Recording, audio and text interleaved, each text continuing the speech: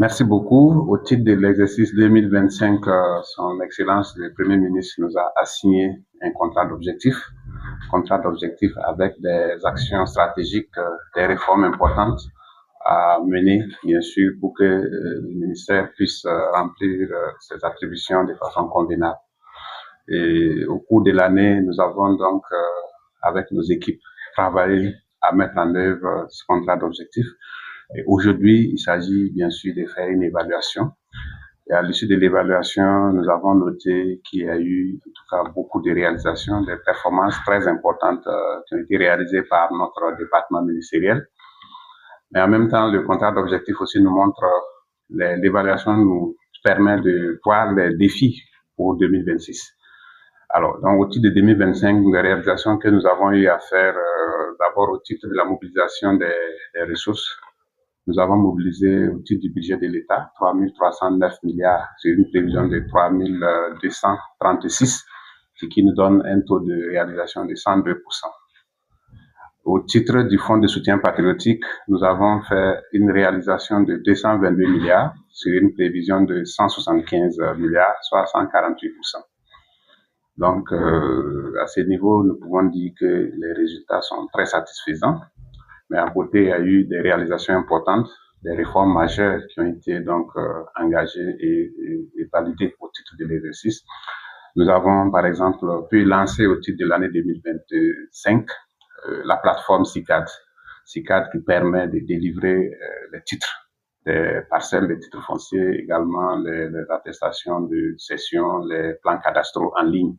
Et aujourd'hui, c'est un outil qui est totalement opérationnel, qui permet donc de délivrer ces documents importants en ligne, et ça va permettre donc d'accélérer le processus d'assainissement du foncier.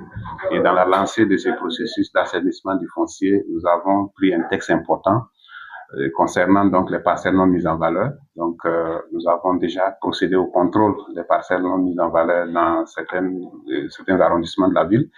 Et bientôt, nous allons commencer à appliquer donc les taxes qui ont été prévues pour les parcelles non mises en valeur. Il faut dire que pour une parcelle non mise en valeur dans les délais prévus, il y a une taxe qui est prévue.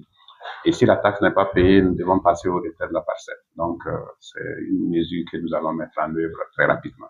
Au titre de l'année 2025, nous avons aussi créé la société Faso Transit et Logistique, qui est une société très stratégique pour avoir une bonne maîtrise de la chaîne logistique et surtout d'assainir le milieu pour faire en sorte que l'État puisse, en tout cas pour les opérations qui sont jugées stratégiques, avoir une bonne maîtrise de tous les processus. Au titre de cet exercice également, nous avons adopté des documents importants, notamment le Code des douanes, également la loi sur la réorganisation agraire et foncière et la loi sur la microfinance, qui sont aussi des lois très importantes pour nous, parce que c'est ça qui permet en fait de mettre en œuvre les différentes politiques publiques qui nous concernent en matière donc de gestion du développement.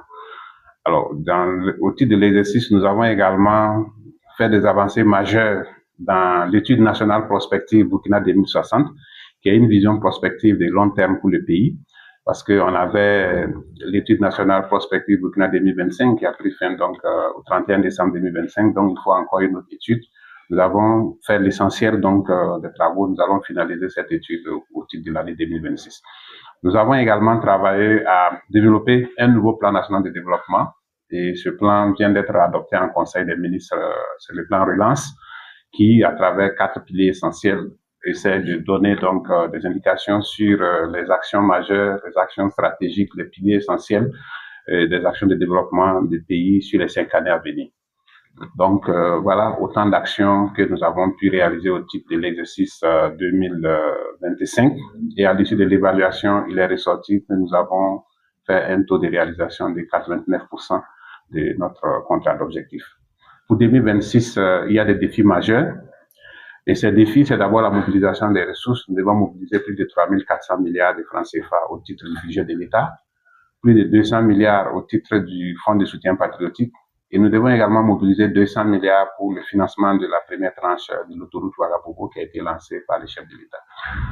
Alors, en dehors de cela, nous avons des actions importantes que nous devons mener, notamment la création d'une holding bancaire qui devrait donc porter les parts de l'État dans certaines banques à capitaux publics, Nous devons également créer une imprimerie nationale pour avoir une maîtrise de tout ce qui est opération d'impression de l'État.